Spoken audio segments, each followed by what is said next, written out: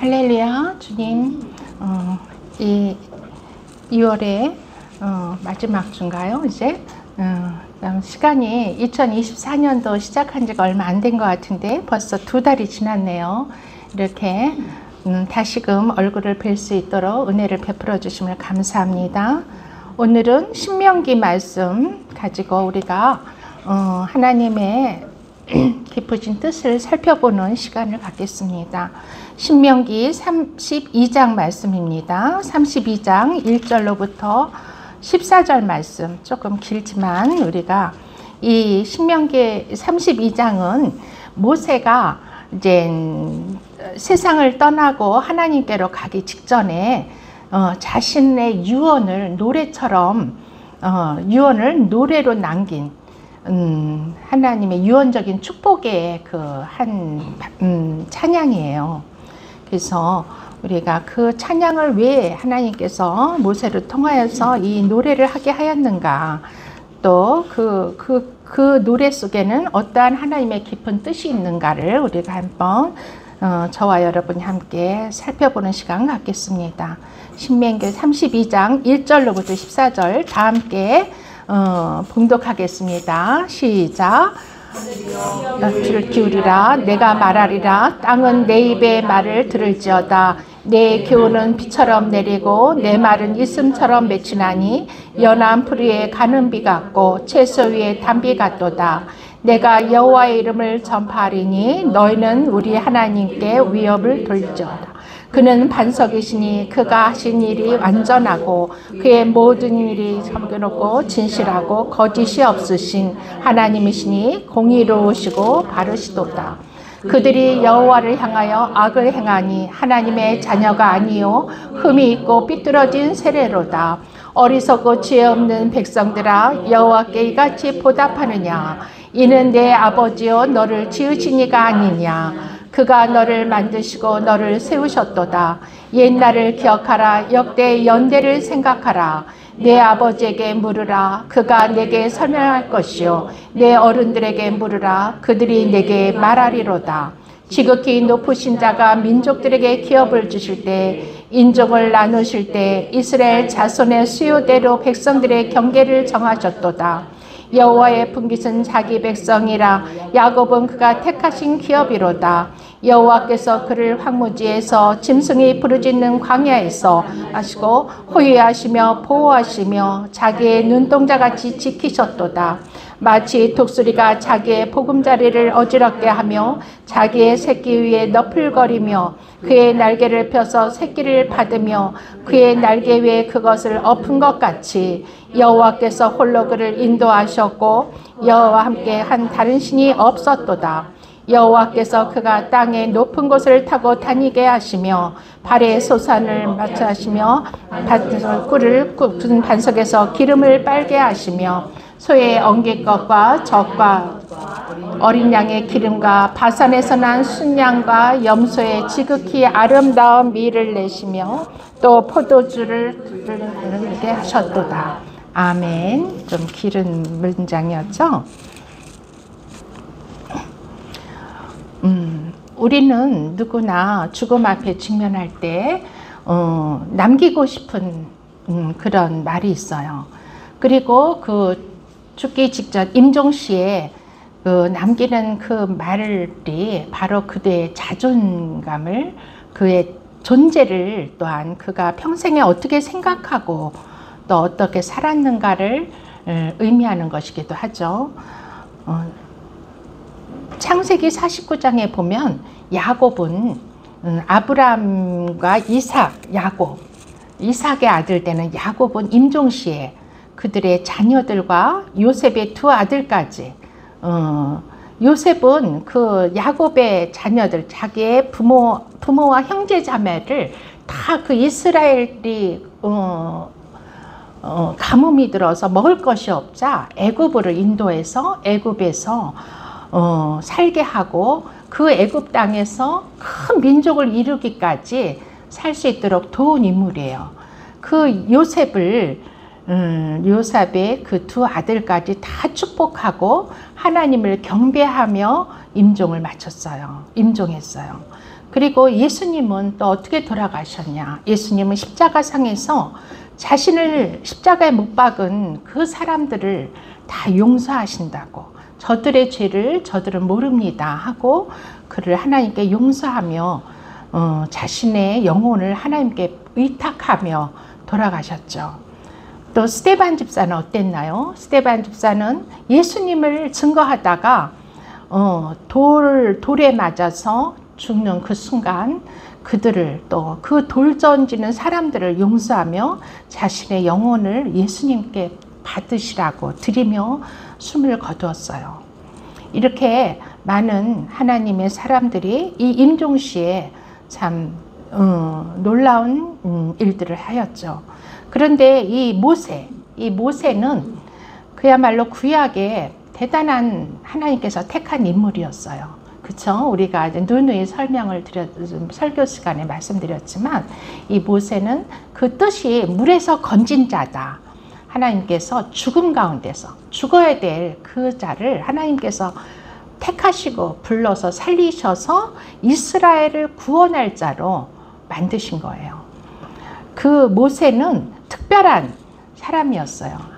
어떤 누구 하나님을 대면한 사람이 없었는데 하나님께서는 이 요새를 유일하게 직접 대면하시며 말씀하시고 시내산에서 부르시고 말씀하시고 또 그를 특별한 제사장으로 세우셔서 언제든지 그 성막에 있는 지성소에는 아무나 들어가면 죽잖아요. 하나님의 임재가 있는 곳이기 때문에 아무나 들어갈 수가 없는 곳이었어요. 그런데 이 모세만은 특별 제사장으로 임명하셔서 수시로 그 하나님의 그 지성소에 들어가서 하나님과 대면하고 대화를 나눴던 그런 놀라운 인물이에요. 그가 이제 임종을 앞두고 이스라엘 백성에게 이제 노래를 부릅니다. 그런데 이 노래는 모세의 뜻대로 노래를 부른 것이 아니라 31장에 보면 안 찾으셔도 돼요. 제가 읽어 드릴게요. 한번 찾아보는 게 좋겠네요. 신명기 31장 16절에서부터 22절 말씀. 이 여호와께서 모세에게 이렇게 노래를 하라고 당부하세요. 왜 그랬는지가 나와 있습니다. 한번 다 같이 읽겠습니다. 시작. 또 여호와께서 모세에게 이르시되 너는 네 조상과 함께 누우려니와 이 백성은 그 땅으로 들어가 음란히 그 땅의 백성들을 섬기며 일어날 것이요 나를 버리고 내가 그들과 맺은 언약을 어길 것이라. 내가 그들에게 진노하여 그들을 버리며 내 얼굴을 숨겨 그들에게 보이지 않게 하였즉 그들이 삼킴을 당하여 허다한 재앙과 환난이 그들에게 임할 그때에 그들이 말하기를 이 재앙이 우리에게 내림은 우리 하나님이 우리 가운데 계시지 않을 까닭이 아니냐 할 것이라. 또 그들이 돌이켜 다른 신들을 따르는 모든 악행으로 말미암아 내가 그때 반드시 내 얼굴을 숨기리라. 그러므로 이제 너희는 이 노래를 써서 이스라엘 자손들에게 가르쳐 그들의 입으로 부르게 하여 이 노래로 나를 위하여 이스라엘 자손들에게 증거가 되게 하라. 내가 그들의 조상들에게 맹세한 바 적과 끓이 흐르는 땅으로 그들을 인도하여 드린 후에 그들이 먹어 배부르고 살찌면 돌이켜 다른 신들을 섬기며 나를 멸시하여 내 언약을 어기리니 그들이 수많은 재앙과 환난을 당할 때 그들의 자손이 부르기를 잊지 아니한 이 노래가 그들 앞에 증인처럼 되리라. 나는 내가 맹세한 땅 그들을 인도하여 드리기 전에 오늘 나는 그들이 생각하는 바를 아노라. 그러므로 모세가 그날 이 노래를 써서 이스라엘 자손들에게 가르쳤더라. 아멘. 놀랍죠? 하나님께서 모세에게 이 노래를 부르게 한 것은 진짜 즐거워서, 진짜 이 세상을 떠나기 전에 진짜 그동안 너무 잘 살았다. 하나님의 은혜로 하나님의 사랑 가운데 너무 잘 살아왔다 해서 기뻐서 이 노래를 부른 게 아니라고 말씀하고 계세요. 왜 그랬냐면은 이 노래를 하나님께서 이 노래를 써라. 그러고 그 노랫말을 그 이스라엘 자손들에게 가르쳐라. 그래서 그들이 그 입으로 부르게 하여 이 노래로 나를 이스라엘 자손들에게 증거가 되게 해라. 그 말씀이에요. 증거가 되라. 왜냐? 하나님은 우리의 마음속 깊은 곳까지 통찰하시는 하나님이세요. 하나님은 우리의 그냥 겉사람, 우리가 설탕 발림처럼 말하는 우리의 사랑의 고백, 이거를 믿지 않으세요. 하나님은 우리의 중심을 보시는, 우리의 영혼의 중심을 보시는 무서운 하나님이세요. 그래서 우리 이 이스라엘 백성이 지금은 가나안 땅에 곧 여호수아를 통해서 가나안 땅으로 들어가겠죠. 그러면 그곳은 젖과 꿀이 흐르는 진짜 축복의 땅이 될 거예요. 그래서 이제 배를 두들기며 이 광야에서는 먹을 게 없어서 하나님께서 만나와 메추라기를 주어서 먹여주셨어요. 그렇지만 그곳에 가서는 직접 농사를 지면 어마어마한 수확이, 진짜 포도송이가 이 주먹만한 그런, 그래서 막 포도 한 송이를 두 사람이 어깨에 지고 와야 되는 그런 젖과 꿀이 흐르는 그렇게 풍요한 땅이었어요. 그런데 그곳에 돌아가면 그들이 결국에는 하나님의 말씀을 거역하고 하나님이 주신 그 율법도 안 지키고 그 땅에 있는 이방 신들을 더욱 섬기면서 하나님을 떠나서 내 언약을 어길 것이라는 것을 하나님은 아신 거예요. 그 말씀 있잖아요. 그들이 먹어 배부르고 살찌면 돌이켜 다른 신들을 섬기며 나를 멸시하고 내 언약을 어길 것이다. 하나님은 이미 그 백성이 어떻게 될 걸 다 아셨어요. 그래서 그들이 그 많은 이제 하나님의 말씀을 어기고 살게 되면 결국은 그들은 환난과 재앙 속에서 또다시 하나님께 부르짖게 돼요. 그때 기억하라는 거예요. 이 노래로 그들 앞에 증인처럼 이 노래를 기억하게 하라는 거예요. 이 노래는 참으로 이 두 가지, 이 찬송에는 두 가지 내용이 담겨 있어요. 하나님의 말씀과 하나님의 존재가 어떤 분인가를 찬양하도록 했어요. 그리고 또 이 신명기 32장 1절로부터 14절까지는 그 찬양에 하나님을 찬양하는 거예요. 하나님의 말씀과 그분, 그 자신을 찬양하게 해요. 그렇지만 15절로부터 끝까지는 이스라엘 백성들이 반역하는 것을 예언하고 계세요. 그래서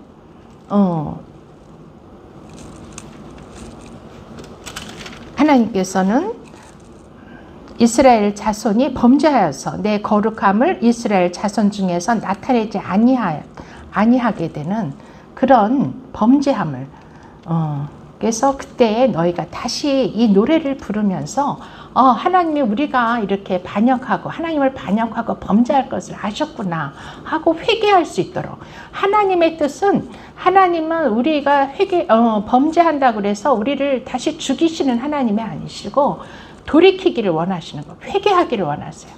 그래서 예수님도 이 땅에 오셨을 때 제일 먼저 산상순에서 하신 말씀이 심령이 가난한 자 복이 있나니 천국이 저희 것이며 애통하는 자 복이 있나니, 이렇게 복된 자의 그거를 특성을 얘기하고 있어요. 복이 있다는 것은 가난한 마음이 돼서 자신이 죄인이고 아무것도 아닌 나는 흙이라는 거. 하나님께서 이 땅에 아담과 하와를 먼저 창조하셨는데 이 아담의 뜻은 흙이라는 의미에서 아담이라는 이름을 가져오셨다 그래요. 그래서 즉 사람은 흙이다. 사람은 흙이다는 것을 늘 기억하게 하기 위해서. 그 사람이 흙이 된 그 인간에게, 흙은 뭐예요? 아무것도 아니잖아요. 티끌이에요. 그냥 무예요, 무. 혼란과 공허. 그 속에 하나님의 생기를 불어넣어서 사람이 되게 하신 것이 바로 아담이었어요. 그래서 하나님의 그 존재가 없이는 하나님은 창조주세요. 그리고 우리는 피조물이라는 걸 망각하지 말라.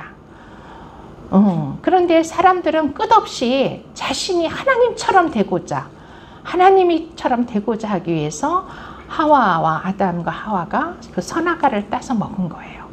그 피조물로 만족할 수가 없는 거예요. 그래서 하나님처럼 되고자 선악과를 따먹었고, 그 선악과를 따먹은 그 인류의 조상으로 인해서 우리들까지 지금까지 우리는 끊임없이 하나님처럼 되려고 노력하는 거죠.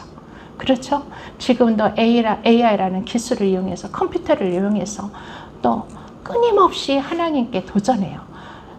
이 지구를 넘어서 저기 우주로 나아가려고 하고, 그런 혹성에서 또 새로운 삶을 살려고 하고, 영원히 살려고, 죽지 않고 영원히 살기 위해서 우리의 의술을 개발하고, 인간은 끊임없이 하나님에게 도전하는 바벨탑을 쌓았던, 그 당시에 바벨탑을 쌓았던 우리 인류의 조상들처럼, 우리는 그 바벨탑을 쌓았던 그 조상의 후예된 우리들은 끊임없이 하나님께 도전하고 하나님처럼 되기를 원하는 거죠.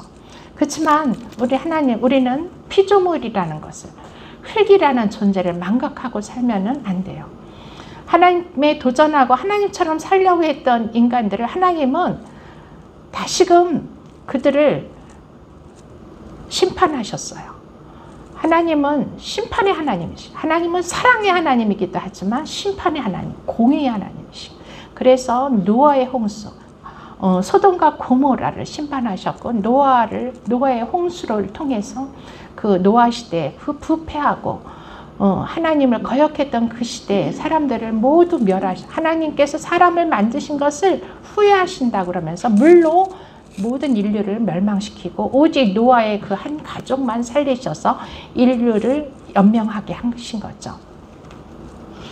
이제 앞으로 주님께서 마지막 이 땅에 오실 때는 이제 불심판이 남았어요. 이 불심판 날에선 누구도 견딜 수가 없는 그 불심판이 남아있다고 성경은 예언하고 계세요.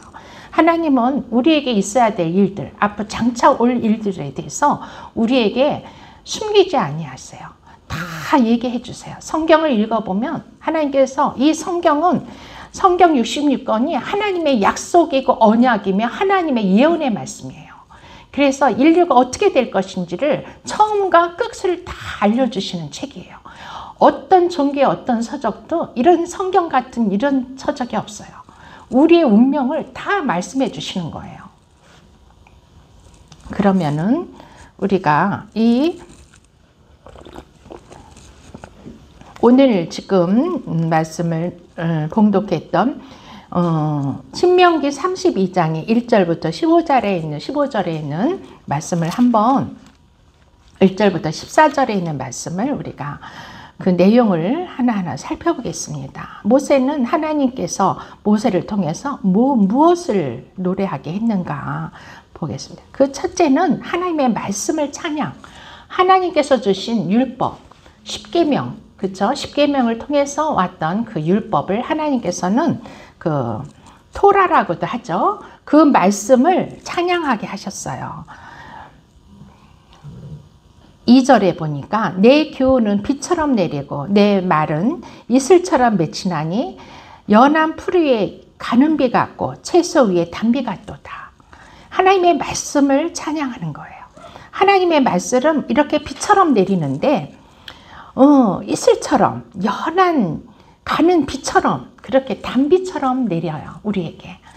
만약 홍수처럼 내린다면 다 떠나가죠. 채소가 이걸 버틸 수가 없어요. 그래서 단비처럼 이슬처럼 오늘같이 오늘 아침처럼 오늘 아침에 창문을 열으니까 밤새도록 이슬처럼 비가 내려서 성주산이 하얗게 되고 구름이 이렇게 안개구름이 꼈는데 너무 아름다워서 카메라를 들고 나가서 찍었어요.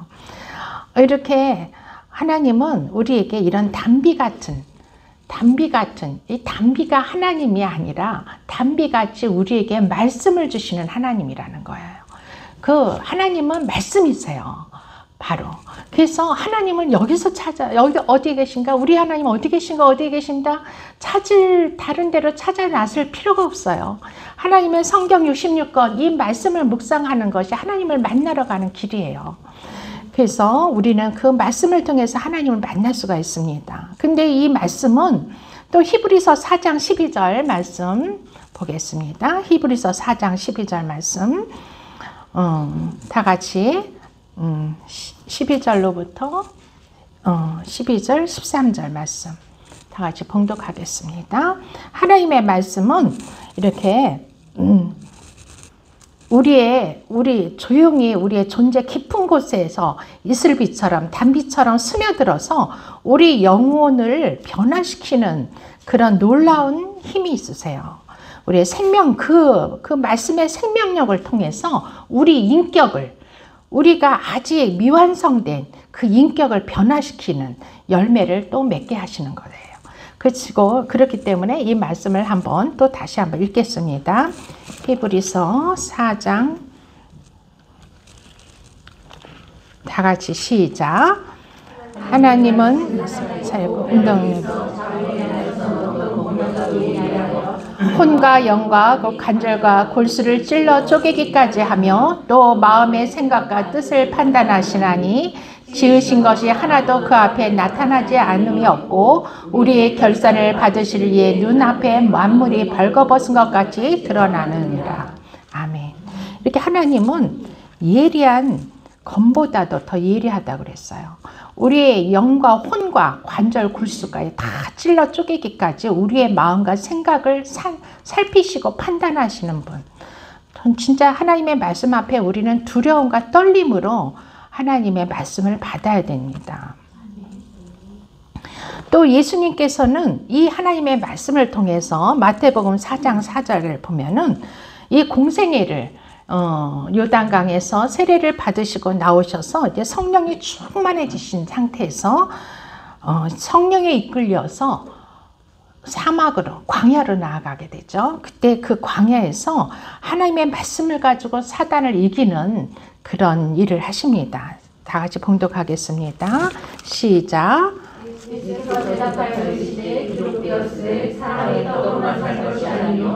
하나님의 입으로부터 나오는 모든 말씀으로 살 것이니라. 아멘. 이게 이제 첫 번째 하나님께서 하나님이신 예수님께서 사단 마귀를 이기시는 거죠. 이 사단이 예수님을 시험하러 나와가지고 내가 만일 하나님의 아들이걸랑 이 돌들을 들어서 떡덩어리가 되게 해보라. 이렇게 예수님께 시험을 하고 있어요. 그러자 왜 그렇게 했냐면 예수님이 40일을 광야에서 금식하며 기도하고 계시니까 얼마나 배가 고프셨겠어요. 진짜 돌을 막 떡처럼 보일 정도로 이렇게 막 저는 40일 금식하라면 아마 그렇게 보일 것 같아요. 돌이 떡처럼 보일 것 같아요. 그러니까 이 시험을 한 거예요. 사단이 예수님을. 그러자 예수님께서는 신명기에 있는 신명기 하나님의 말씀, 이 말씀을 가지고 신명기 8장 3절에 이 말씀이 있거든요. 이 하나님의 말씀을 다 머리에 마음속에 암송하고 두고 계셨던 그 예수님이 하나의 말씀을, 그 마음속에 있던 말씀을 꺼내서 사단을 대적합니다. 사람이 떡으로만 살 것이 아니요 하나님의 입으로부터 나오는 모든 말씀으로 살 것이라. 그렇게 하고 사단에게 대적합니다. 이것은 사람이 떡으로만 살 것이 아니라 이것은 오늘날 우리에게 너희들 인생들아, 너희들이 돈으로만 살 거는 아니다. 돈을 우선시하면 안 된다. 돈이 없으면 우리는 너무 불편해요. 그쵸? 돈이 없으면 뭐 먹을 걸 살 수도 없고 내가 진짜 보고 싶은 걸 보러 갈 수도 없고 진짜 너무 불편한 삶을 사는 거는 뭐 당연한 거죠. 하지만 그 돈으로 사람의 생명을 살 수는 없는 거예요. 그래서 하나님은 그걸 우리에게 깨닫게 해주시는 거예요. 사단에게. 사단, 너희들은 인간을 돈으로 유혹해서 인간에게 돈을 사랑하는 마음을 준 거, 그것이 바로 우상숭배예요. 돈을 사랑하는 마음이 하나님 보시기에는 하나님을 버린 우상숭배의 첫걸음이에요. 그 돈을 사랑하는 마음을 그를 주어서 이 땅에서 진짜 하나님을 점점 떠나게 하면서 돈을 더 추구하게 만들어요. 어떻게 하면 내가 더 많은 돈을 쌓아놓고 지금 있는 28평 집에서 이제 35평으로 50평으로 이렇게 늘려나갈까?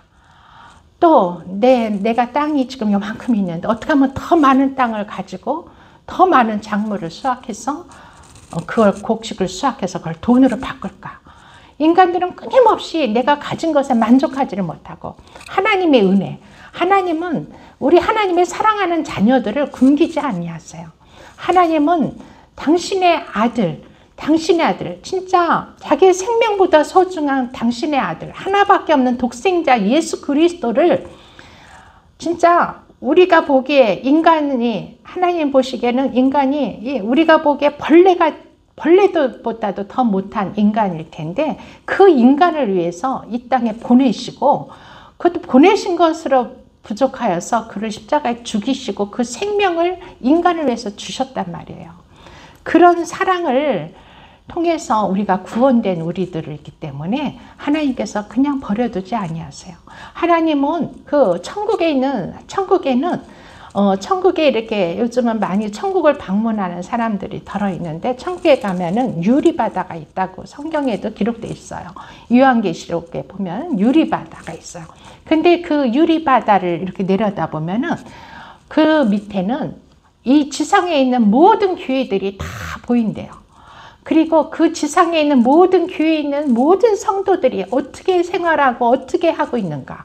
오늘 이 시간에 예배드린 여러분도 아마 예수님께서 천국에서 다 보고 계실 거예요. 이런 그런 유리바다가 있다고 해요. 우리의 모든 일거수일투족, 우리의 마음과 생각까지도, 우리의 행함까지도 다 아시는 주님께서 이제 우리를 구원하시고, 그래서 이 땅에 우리에게 생명을 주셨어요. 그 생명을 주신 것이 성령을 보내주신 거예요. 예수님이 이 땅에 오신 것은 우리에게 영이신 예수님이 우리 안에 들어오셔서 우리 함께 살아서, 우리는 죽은 자, 흙인데 흙에다가 성령을 부어주셔서 살아있는 자를 역임을 당하게 하시고, 그 성령을 통해서 아버지의 영원한 본향집, 우리가 이 땅이 본향이 아니에요. 이 땅은 잠깐 있다가 우리가 본향으로 떠나야 되는 대합실과 같은 곳이에요. 우리 대합실에서 짐 피고 거기서 살겠다고 하는 사람 있어요? 이곳은 우리가 영원히 살 곳이 아니에요. 하나님의 천국으로 가기 위해서 하나님의 자녀를 훈련시키는 훈련의 장소인 거예요. 아멘. 그래서 그 하나님의 택한 자녀들을 하나님께서는 생명책에 기록해 놓으시고, 그 생명책에 기록된 자들을 늘 불꽃 같은 눈동자를 살피시고 보호하시고 지켜주시는 분이 하나님이신 거예요. 아멘. 우리가 또 요한복음 17장 8절과 17절 말씀을 통해서 하나님의 말씀이 우리에게 어떻게 역사하시는지 또 보겠습니다. 요한복음 8장 읽겠습니다. 시작. 나는 아버지께서 내게 주신 말씀들을 그들에게 주었사오며 그들은 이것을 받고 내가 아버지께로부터 나온 줄을 참으로 아오며 아버지께서 나를 보내신 줄도 믿었사옵나이다. 다시 17절 말씀 시작. 그들을 진리로 거룩하게 하옵소서. 아버지의 말씀은 진리니이다. 아멘. 예수님도 자기 이 땅에 오셔서 3년 반의 공생애를 하시면서 그 이스라엘 백성들에게, 바로 영의 백성인 우리들에게 주신 말씀은 예수님 스스로 하신 말씀이 없었어요.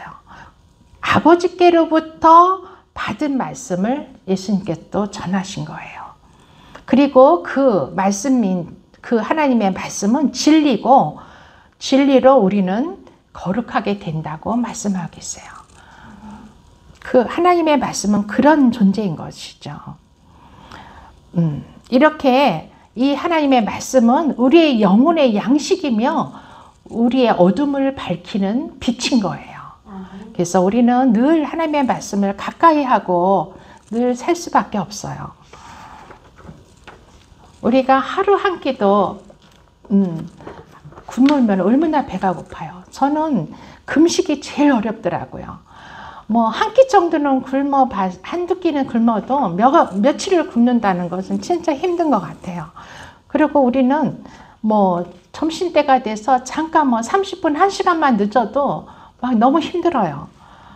이렇게 육의 양식은 우리는 끊임없이 찾아서 챙겨 먹는데, 하나님의 말씀은 우리 영혼의 양식이라고 그랬는데 우리 영혼을 살리는 이 말씀은 우리가 하루에 몇 번이나 우리가 먹고 있나요? 우리가 참 그런 걸 생각할 때 하나님께 너무 죄송하죠. 그리고 3절 말씀을 보겠습니다. 아까 읽었던 신명기 32절의 3절 말씀 다시 가서 보겠습니다. 내가 여호와의 이름을 전파하리니 너희는 우리 하나님께 위엄을 돌릴지어다. 4절 그는 반석이시니 그가 하신 일이 완전하고 그의 모든 길이 정의롭고 진실하고 거짓이 없으신 하나님이시니 공의로우시며 바르시도다. 이곳에서 하나님은 반석이시라고 본인을 말씀하고 계세요. 하나님의 그 존재를 찬송하게 했는데 하나님은 반석 되신다고. 이 반석은 어떠냐? 우리는 잘 몰라요. 우리는 광야에서 사막에서 살지 못해서 잘 모르지만 이 반석은 폭풍 가운데서 이 광야에서는 폭풍이 막 몰아칠 때 이 반석 가운데 반석에서 숨으면 그게 안식처가 돼요. 그리고 낮에는 이 광야는 태양빛으로 너무너무 뜨거워요. 모든 것이 다 타버릴 것 같이 뜨거울 때 이 반석 밑에 있으면 그것은 쉼의 자리가 되기도 해요. 또 순례자들에게는 이 반석에는 젖과 꿀이 있다 그래요. 이 벌레들이 곤충들이 갖다 놓은 그런 것들이 있죠. 그래서 순례자들에게 양식의 공급처가 되기도 한다 그래요.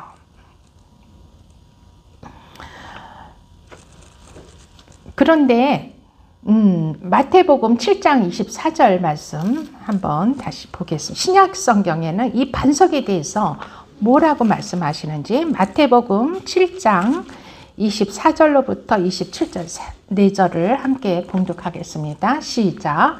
그러므로 누구든지 나의 이 말을 듣고 행하는 자는 그 집을 반석 위에 지은 지혜로운 사람 같으리니 비가 내리고 창수가 나고 바람이 불어 그 집에 부딪히되 무너지지 아니하리니 이는 주추를 반석 위에 놓은 까닭이요 나의 이 말을 듣고 행하지 아니하는 자는 그 집을 모래 위에 지은 어리석은 사람 같으리니 비가 내리고 창수가 나고 바람이 불어 그 집에 부딪힘에 무너져 그 무너짐이 심하니라.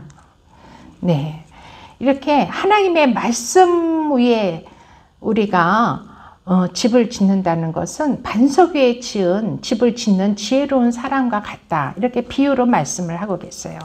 이 반석은 바로 예수 그리스도 자신이신 거예요. 우리가 예수님의 터 위에 우리의 삶을 세운다면은 하나님께서는 반석 위에 지은 집이 무너지지 않는 것처럼 든든하게 붙잡아 주신다는 거예요. 근데 이 반석에는 거짓 반석이 있어요. 거짓 반석 한번 들어보셨어요? 거짓된 반석. 사막에는 모래 태풍이 불어요. 그래가지고 모래가 이렇게 쌓이면은 그것이 마치 반석처럼 보인대요.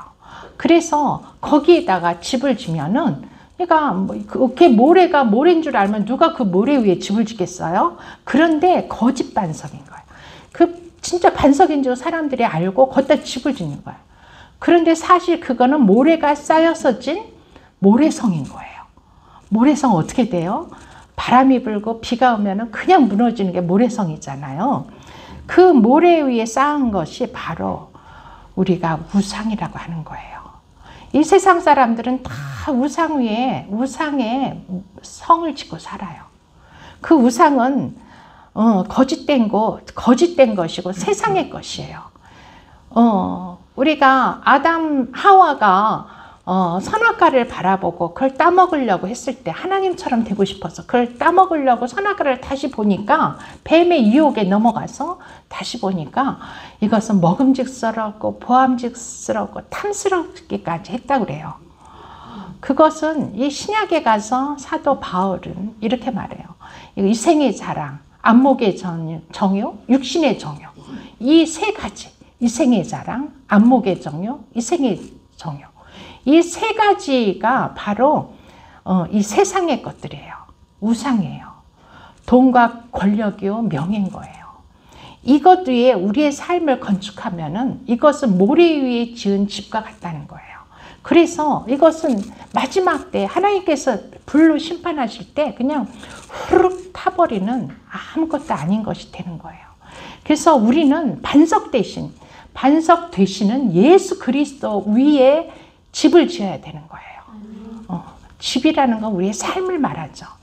우리의 삶을 예수님의 그 반석 위에 지은 자만이 그 공로가 불타지 않고 하나님 마지막 때 심판하실 때 우리의 그 공로가 그대로 살아있는 거예요. 정금같이 남아있게 되는 거예요. 그래서 우리는 세상 사람들을 전도해야 돼요. 그들은 거짓 반석에 속아서 거짓 반석에 속고 있는 거예요. 그게 반석인 줄 알고 거짓된 그 모래가 쌓인 것을 보고 그게 반석인 줄 알고 거기에 자기의 삶과 생명을 다 바치는 거예요. 그니 우리가 볼 때는 안타까운 거예요. 그래서 그 주님의 마음, 우리의 마음이 아니라 우리는 또 그런 사랑이 없어요. 우리 안에는. 그런데 우리 안에 들어오시는 예수 그리스도의 그 영이 우리에게 안타까움과 그 사랑과 긍휼의 마음을 주셔서 믿지 않는 내 식구들, 내 가족들, 내 이웃들에게 반석 대신 예수 그리스도를 전하게 하시는 거예요. 그것이 우리에게 또 순종을 하나님께서 원하시는 것이기도 하죠. 그리고 하나님은 반석이실 뿐만이 아니라 또 6절 신명기 32장의 6절의 말씀을 보면 어리석고 지혜 없는 백성들아 여호와께서 이같이 보답하셨느냐 그는 내 아버지시오 너를 지으신 이가 아니시냐 그가 너를 만드시고 너를 세우셨도다. 옛날을 기억하라 역대의 연대를 생각하라 내 아버지에게 물으라 그가 내게 설명할 것이요 내 어른들에게 물으라 그들이 내게 말하리라. 이렇게 하나님은 우리에게는 육신의 아버지가 계셔서 이 땅에 오셨잖아요. 그리고 우리는 그 아버지를 존경하게 돼요. 아버지를 존경하지 않는 자들은 그 자존감이 엄청 낮아요. 그래서 우리는 그 아버지가 아무리 이 땅에서 잘못하셨든 잘했든 그 아버지를 존경하는 마음을 갖는 것이 바로 하나님을 공경하는 마음이라고 십계명에는 그래서 가장 인간에게 주신 첫 계명으로 내 부모를 공경하라고 말씀하고 있는 거예요. 그렇게 이 아버지 대신 우리의 육신을 낳으신 아버지도 계셨지만 우리의 영혼, 우리를 진실로 낳으신 그분이 하나님, 우리 여호와 하나님 아버지신 거예요. 그 아버지시는 우리를 낳으시고 우리를 세워주시고 우리를 세상 끝날까지 인도하셔서 아버지가 계신 그 천국으로 우리를 데려가시는 분이세요. 그리고 우리가 질문을 하면 우리 대답하시는 하나님이세요. 하나님은 우리가 많은 것을 묻기를 원하세요. 우리가 서로 대화가 없는다면 그건 부모 자식 간이 아니죠. 그렇죠? 서로 우리 경빈이가 집에 왔는데 엄마 아빠를 보고 아무 말도 안 해요. 그냥 자기 할 일만 열심히 하고 밥을 차려준 밥 먹고 또 시간 되면 자다 일어나서 또 학교 가요. 부모하고 아무 대화를 안 해요. 그러면은 그게 과연 진정한 부모 자식 간의 관계가 될 수가 없죠. 우리 부모들은 끊임없이 대화하기를 원해요. 자녀들에게. 학교에서 있었던 일을 말하기를 원하고 또 부부 간에도 서로 직장에서 있었던 일, 가정에서 있었던 일, 자녀들에게 있었던 일을 서로 대화하며 이야기하기를 원하는 것이 우리 인간의 관계에서 하나님께서 주신 그런 일들이죠. 마찬가지로 하나님 아버지께서도 우리에게 대화를 원하세요. 우리의 삶 속에 네가 무엇가 필요하니? 네가 무슨 문제가 있니? 너는 왜 기쁘니? 너는 왜 슬프니? 이렇게 끊임없이 하나님께서 물으시고 우리는 그분에게 응답하기를 원하시는 거예요. 그리고 그 질문을 굉장히 기뻐하세요. 신약 성경을 읽어보니까 예수님께서도 12 제자들과 끊임없이 대화를 하시고 그 제자들 중에 누군가가 예수님께 질문을 했을 때 하늘의 진리를 마냥 풀어주세요. 그 질문 속에서 하나님의 나라에 대해서 자세하게 설명을 해주세요. 그래서 하나님은 우리에게 질문하는 거, 우리가 하나님께 질문하는 거 얼마나 기뻐하시는지 알 수가 있어요. 우리는 하늘에 가보지 않았기 때문에 하늘에 대해서 몰라요. 하나님의 뜻에 대해서 거의 다 몰라요. 성경에 기록된 것만 알 뿐이에요. 그렇지만 우리가 하나님께 여쭤보고 궁금해하고 물어볼 때 하나님께서는 그 모든 것을 알려주시고 보여주시고 가르쳐주시는 분이세요. 또한 하나님은 10절 보니까 여호와께서 그를 황무지에서 짐승이 부르짖는 광야에서 만나시고 호위하시며 보호하시며 자기의 눈동자같이 지키셨도다. 이렇게 하나님은 우리들을 안전하게 이 인생의 거친 광야를, 우리의 인생은 거친 광야를 가는 이스라엘 백성이 광야를 가는 것 같이 우리는 인생의 거친 광야를 지나야 돼요. 그럴 때 지날 때 그냥 내버려 두시는 것이 아니라 너희들 마음대로 지나가라 하고 그냥 방관하시는 것이 아니라 우리를 보호하시고 우리를 인도하시되 자기 눈동자같이 지키셨대요. 믿으십니까? 아멘. 아멘. 이거 사실을 믿으셔야 돼요. 아유, 하나님이 나를 모르시는 것 같아. 어쩜 하나님이 계시다면 어쩜 나를 이렇게 힘들게 하실까? 나를 이렇게 어렵게 하실까? 이렇게 원망 불평을 한다는 것은 하나님이 안 계시다고 자기가 스스로 하나님을 부인하는 불신앙이에요. 그 불신앙이 얼마나 무서운지 우리 구약에 애굽에서 출애굽을 한 이스라엘 백성들이 광야를 지날 때 그들이 자기가 있었던 노예 생활하면서 있었던 그 애굽을 그리워하면서 하나님을 원망했어요.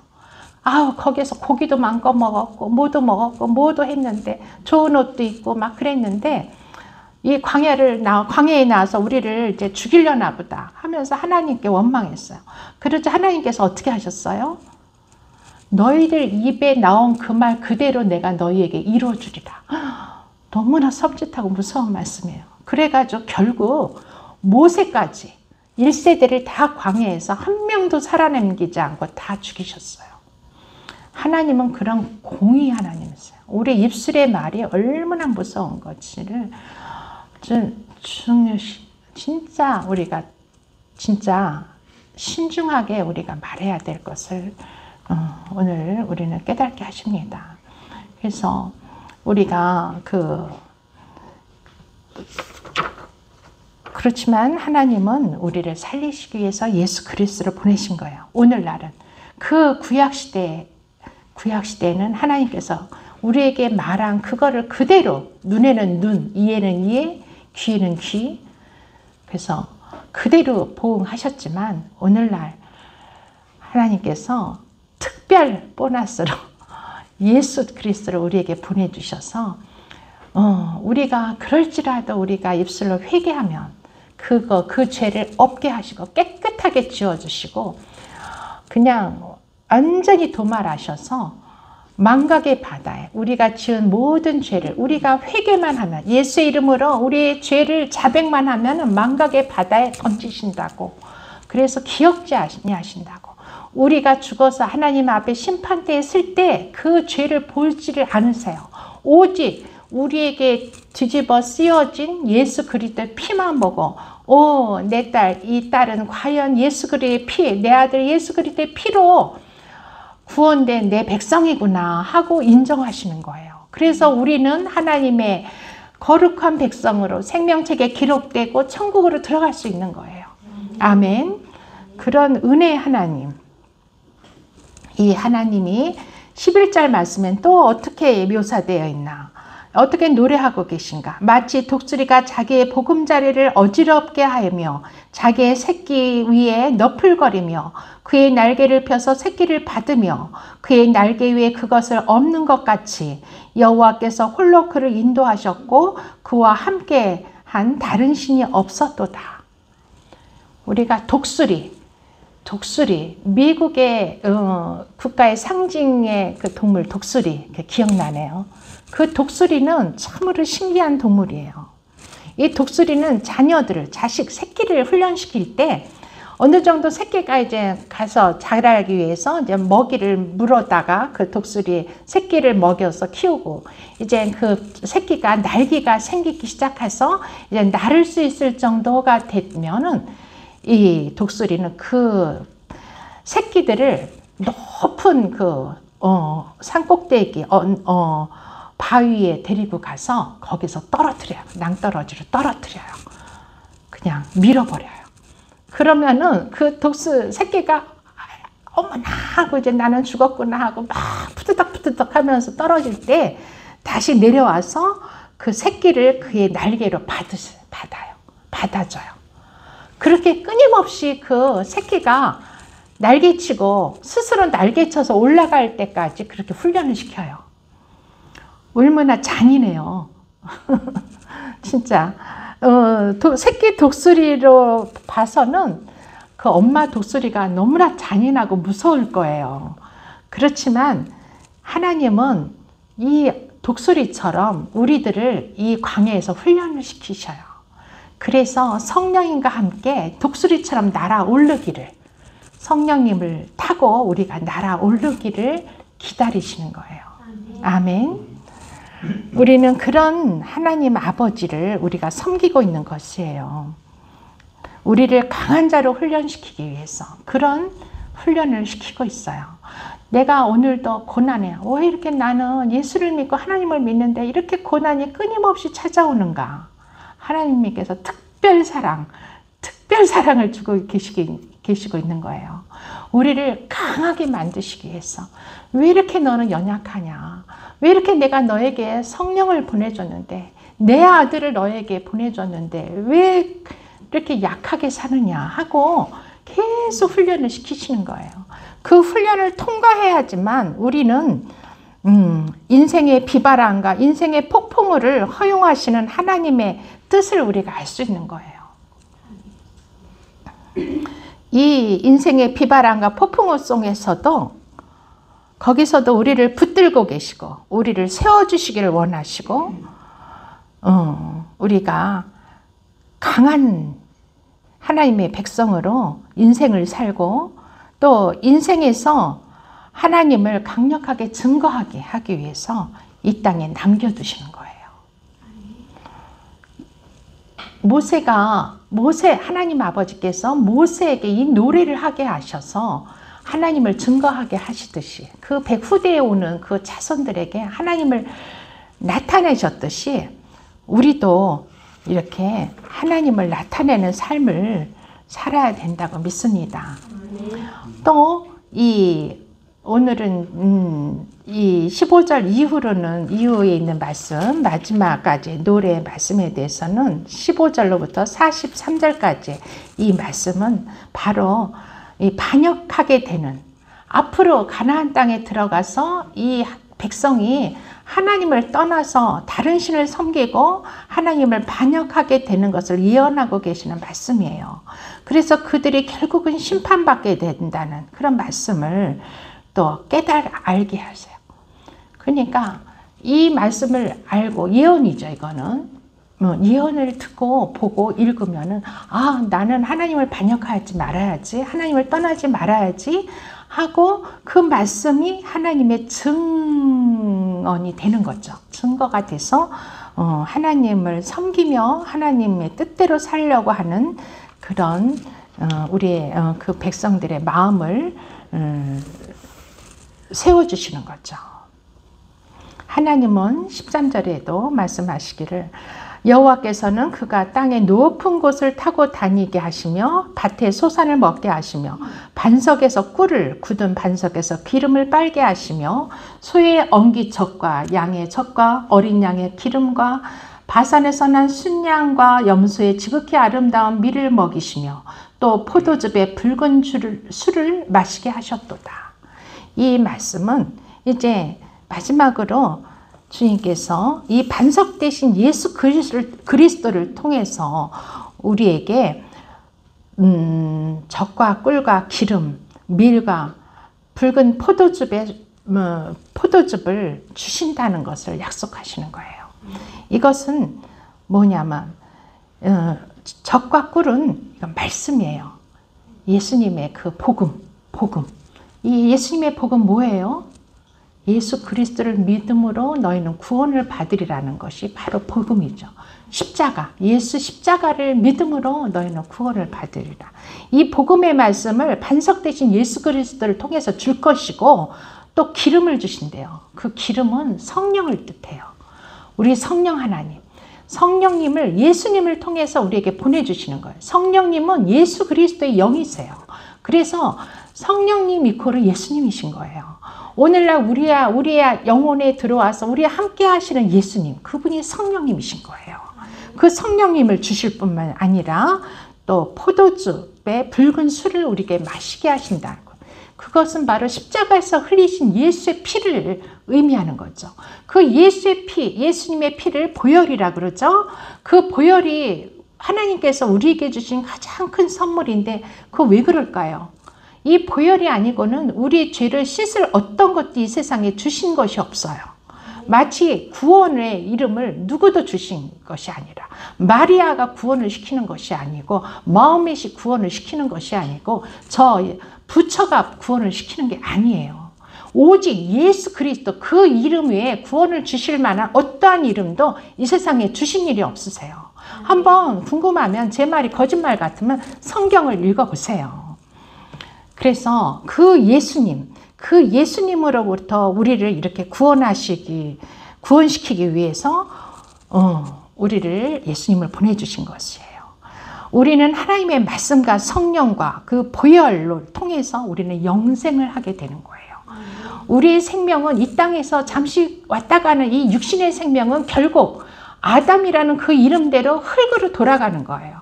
그 흙이 우리의 본질이 아니에요. 우리의 영혼, 하나님이 함께 하시는 우리의 영혼이 우리 자신이고 우리의 본질인 거예요. 우리의 영혼을 이제 마지막 때 새로운 몸, 이 육의 시 공간을 제한을 받는 이 육신의 몸이 아닌 예수님이 부활하실 때 입으신 그 신비한 몸을 입히셔서 우리를 천국으로 인도하시고 하나님의 나라에 들어가게 하시는 거예요. 그래서 우리는 영원한 그 땅, 새하늘과 새 땅, 하나님의 나라에서 그곳에서는 죽지도 않고 영원토록 하나님과 함께 사는 것이에요. 아멘. 네, 여러분, 우리가 이 땅에 온 것이 왜 왔는지, 또 우리는 어떻게 살다가 어떻게 가야 되는지, 이것을 말씀하시는 게 하나님의 복음이고 하나님 66권, 신구약 66권에 하나님께서 말씀하신 것입니다. 하나님의 66권, 신구약 66권 있는 하나님의 말씀 한 절이라도, 한 말이라도 우리는 변개시킬 수가 없어요. 우리는 그 말씀을 우리는 바꿀 수가 없어요. 그 말씀은 있는 그대로 이루어 주시는 말씀이에요. 그 말씀을 의지하고 그렇게 우리에게 말씀을 주시고 예수님을 보내주시고 성령을 보내주시고 우리의 보혈로 우리의 모든 죄를 도말하셔서 죄 없게 하셔서 우리를 하나님의 거룩한 백성으로 삼으셔서 우리를 천국으로 인도하시는 그 하나님의 사랑과 하나님의 은혜에 감사하시는 저와 여러분이 되시기를 축원하옵나이다. 아멘. 이 시간에는 하나님의 그 은혜를 기뻐하며 우리가 기쁨으로 기도하고 찬양하는 시간을 갖겠습니다.